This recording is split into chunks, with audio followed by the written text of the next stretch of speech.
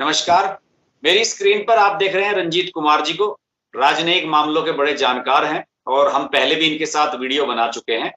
आज हम इनसे बात करने जा रहे हैं भारत की विदेश नीति पर और भारत के जो विदेश मंत्री हैं एस जयशंकर पर। आप सब लोगों ने मेरे दूसरे चैनल्स पर मुझसे कई बार डिमांड की कि एस जयशंकर के बारे में बात की जाए।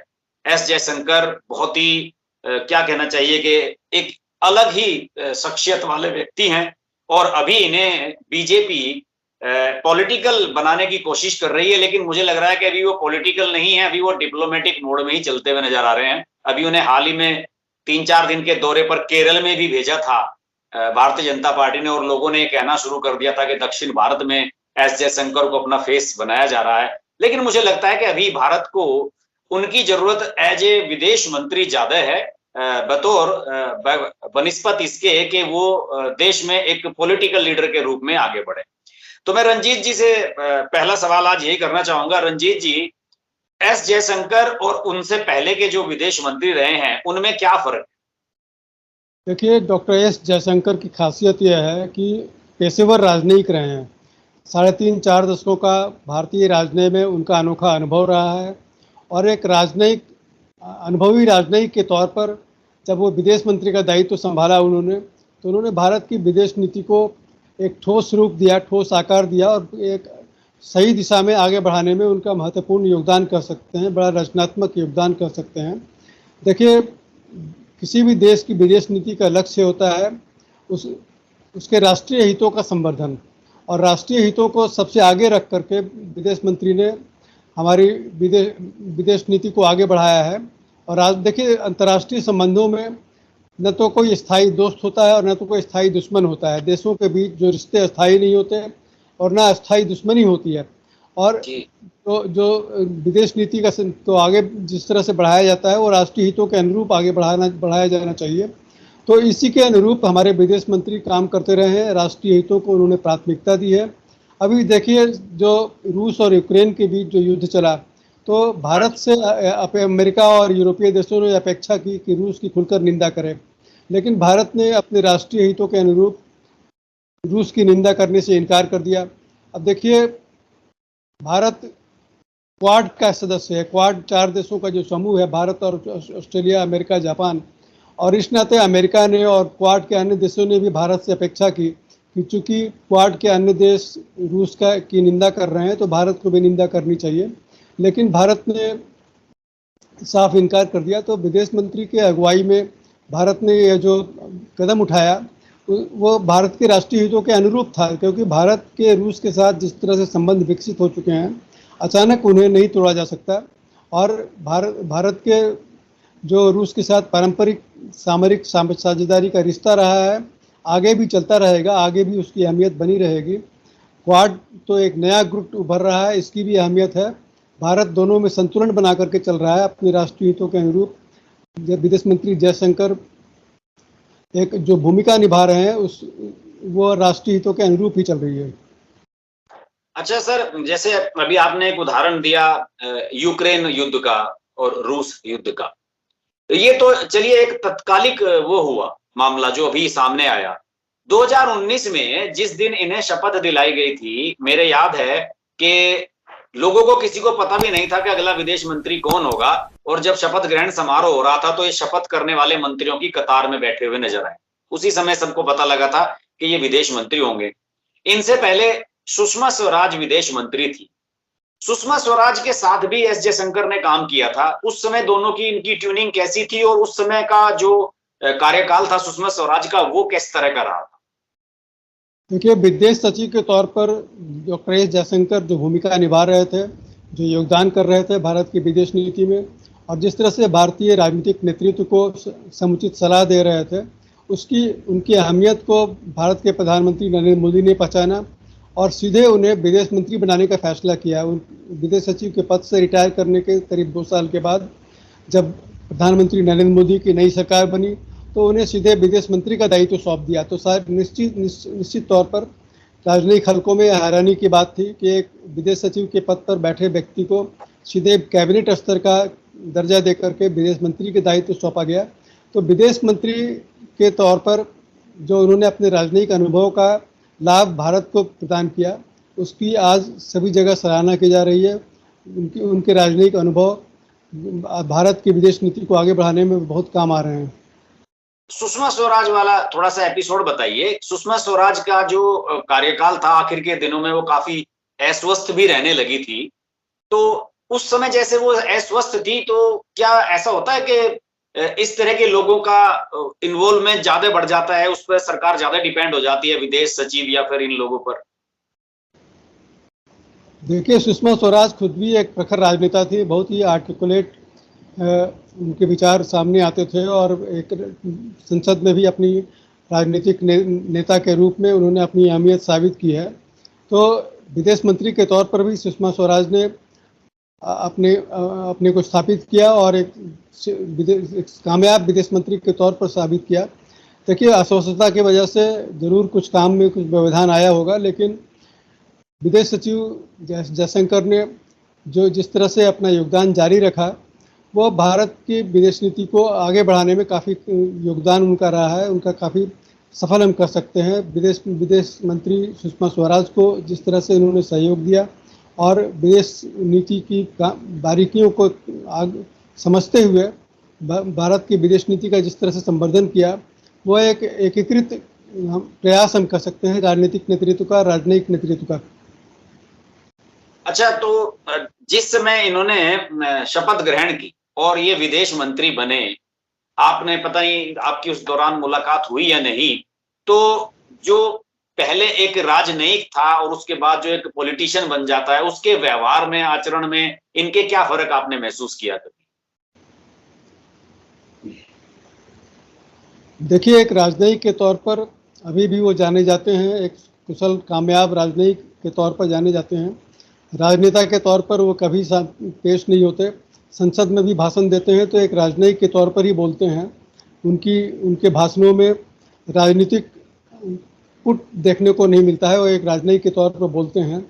तो कह सकते हैं कि विदेश मंत्री डॉक्टर एस जयशंकर एक राजनयिक के तौर पर ही अपने को स्थापित कर रहे हैं, राजनयिक भूमिका निभा रहे हैं देश के लिए, और पूरी दुनिया में जिस तरह से उनकी अहमियत को स्वीकार किया जाता है, वो एक काफ़ी महत्व की बात है। जब पाकिस्तान को लेकर एस जयशंकर की क्या वो रही है, किस तरीके से पाकिस्तान के मामले को जो अभी तक चला है, और चूंकि जब ये विदेश मंत्री बने उस समय, उसी के कुछ समय के बाद 370 कश्मीर से हटा दी गई, उसमें क्या इन्होंने कुछ बताइए अपने डिप्लोमेटिक अनुभव का, किस तरह से इन्होंने भारत को लाभ दिलवाया?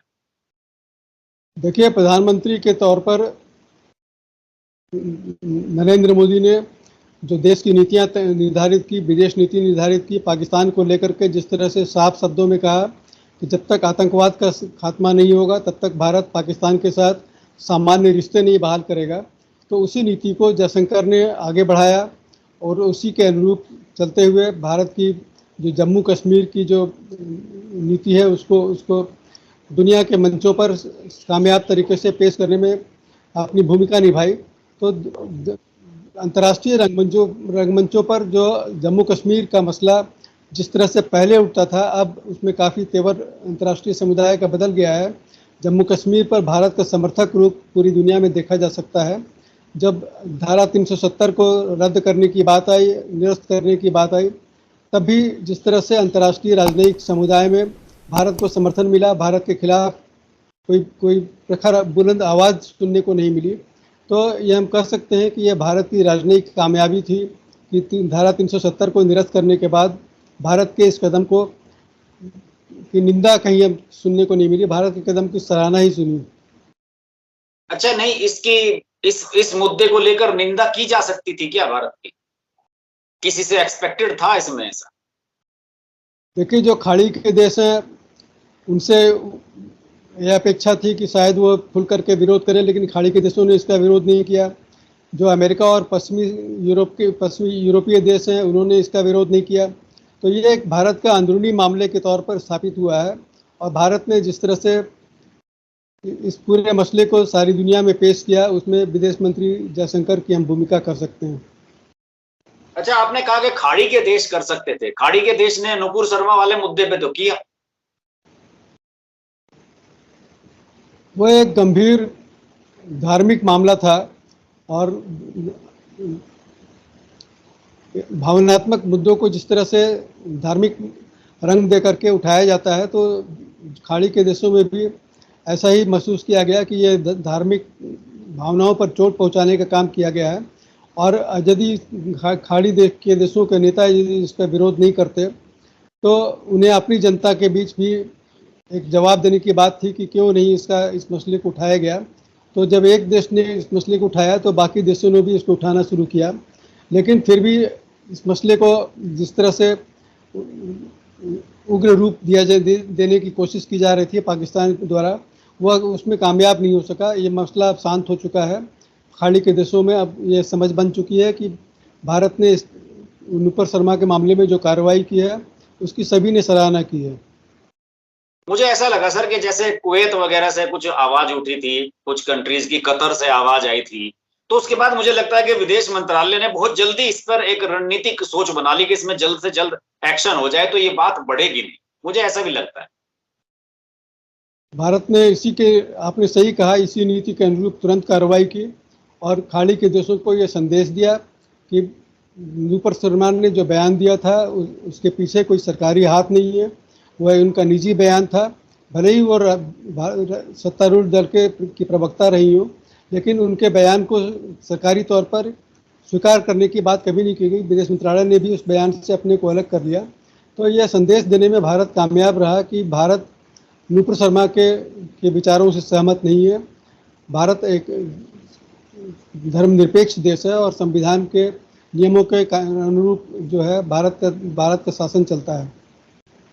सर, चीन को लेकर जो एस जयशंकर का कार्यकाल है अभी पिछले 3 साल का जो रहा है, और चीन का जिस तरह से डोकलाम वाला मामला हुआ और भी कई इस तरह से गलवान घाटी वाला मामला हुआ, इसमें एस जयशंकर का सर रोल आप कैसे देखते हैं? जैसे विपक्षी दल है, आरोप लगाते रहते हैं कि भारत की जमीन हजारों बीघा और कई किलोमीटर तक चीन ने कब्जा ली है। इसमें क्या सर स्टैंड है, क्या इसमें आप देखते हैं?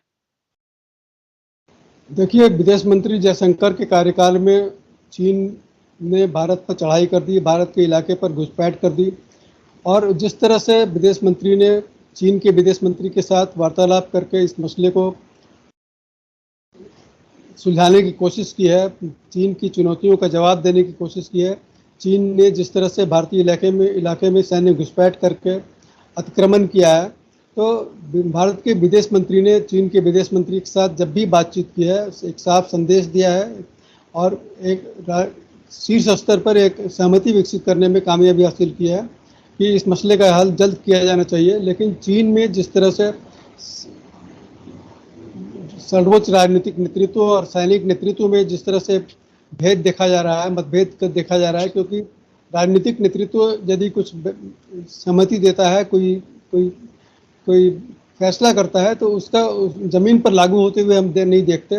जो चीन की सेना है अपने सर्वोच्च राजनीतिक नेतृत्व के नीतियों को शायद ठीक से समझ नहीं पा रही या ठीक से उसको लागू करने में आगे नहीं आ रही। इसीलिए हम देखते हैं कि जब ये तय होता है कि सैन्य कमांडरों की बातचीत होगी और फिर भी वो बातचीत का करवाने में 3 से 4 महीने लग जाते हैं। जो पिछले दौर की बातचीत हुई वो सर्वोच्च स्तर पर लिए गए निर्णय के अनुरूप होनी चाहिए थी बातचीत जल्दी, लेकिन ये बातचीत नहीं हो सकी। तो भारत और चीन के बीच ये जो मसला उठ गया है, काफ़ी तनाव का माहौल जो बन गया है, उसे सुलझाने में विदेश मंत्री जयशंकर अग्रणी बहुत महत्वपूर्ण भूमिका निभा रहे हैं। अच्छा सर, आपने अभी जब हमने बातचीत की शुरुआत की थी, आपने कहा था कि इसमें राजनीति में जो है कोई भी स्थायी दोस्त नहीं होता, कोई भी स्थायी दुश्मन नहीं होता। तो ऐसे कौन से ऐसे दुश्मन हैं जिन्हें भारत ने दोस्त बनाया है पिछले कुछ सालों? देखिए, दुश्मन तो नहीं कह सकते, प्रतिद्वंदी देश हम कह सकते हैं। मतलब वो ठीक है, आप दुश्मन से मेरा मतलब है राइवलरी जो होती है एक तरह की। जो तो शीत युद्ध के काल में देखिए दुनिया दो गुटों में विभाजित थी। एक अमेरिकी खेमा था, एक सोवियत खेमा था। तो सोवियत संघ, भारत किसी खेमा से जुड़ा हुआ नहीं था औपचारिक तौर पर, लेकिन यह माना जाता था कि भारत सोवियत खेमे के पक्ष में झुकाव रखता है। लेकिन जब शीत युद्ध का दौर समाप्त हुआ तो भारत ने अमेरिका से भी दोस्ती बढ़ानी शुरू की। देखिए, शीत युद्ध का दौर 1991 में समाप्त हुआ और 1992 में ही भारत ने अमेरिका के साथ साझा सैनिक अभ्यास शुरू कर दिया। मालाबार नौसैनिक अभ्यास का पहला दौर 1992 में शुरू हो चुका था। तो भारत ने यह नहीं सोचा कि अमेरिका के साथ भारत की कोई दुश्मनी है किसी तरह की। भारत ने अमेरिका को दुश्मन देश के तौर पर नहीं देखा, प्रतिद्वंदी देश के तौर पर नहीं देखा। यह माना कि अब सोवियत संघ और अमेरिका के बीच जो तनाव का माहौल है वो खत्म हो रहा है, तो भारत को अमेरिका के साथ भी दोस्ती बढ़ानी चाहिए। देखिए, ऐसे तो अमेरिका ने भारत के खिलाफ कई कदम उठाए। जब 1974 में भारत ने परमाणु परीक्षण किया तो भारत पर कई तरह के प्रतिबंध लगा दिए, भारत पर वैज्ञानिक और तकनीकी प्रतिबंध लगाए।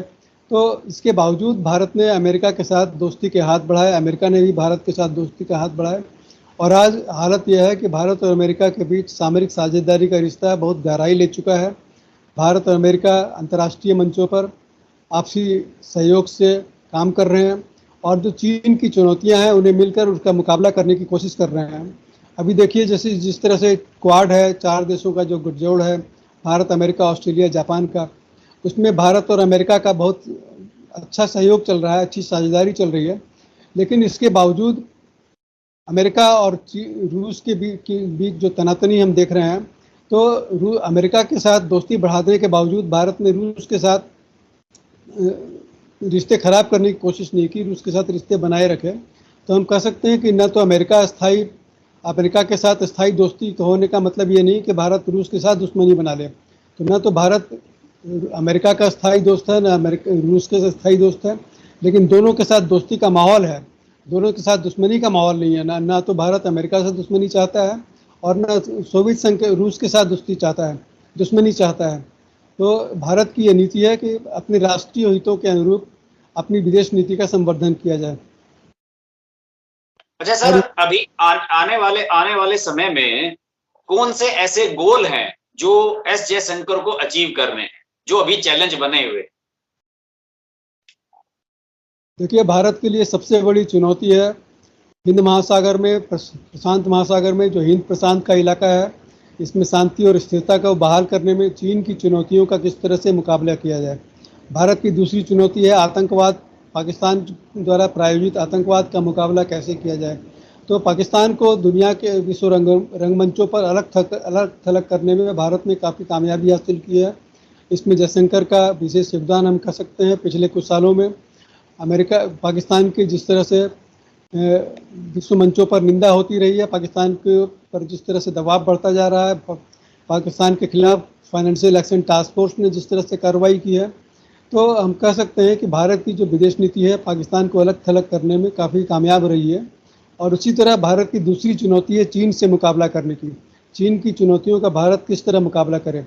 देखिए, जो दक्षिण चीन सागर है, प्रशांत महासागर का जो हिस्सा है, भारत का आधा समुद्री व्यापार दक्षिण चीन सागर के इलाके से ही होता है और इस इलाके में शांति और स्थिरता का बना रहना भारत के हितों के अनुरूप बहुत ही जरूरी माना जाता है। लेकिन चीन इस इलाके पर अपना प्रभुत्व बनाना चाहता है, तो भारत के लिए एक बड़ी चुनौती है। इस चुनौती का भारत सामना कैसे करे, इसके लिए भारत को अमेरिका को साथ लेकर चलना होगा। ऑस्ट्रेलिया और जापान भारत के साथ हैं।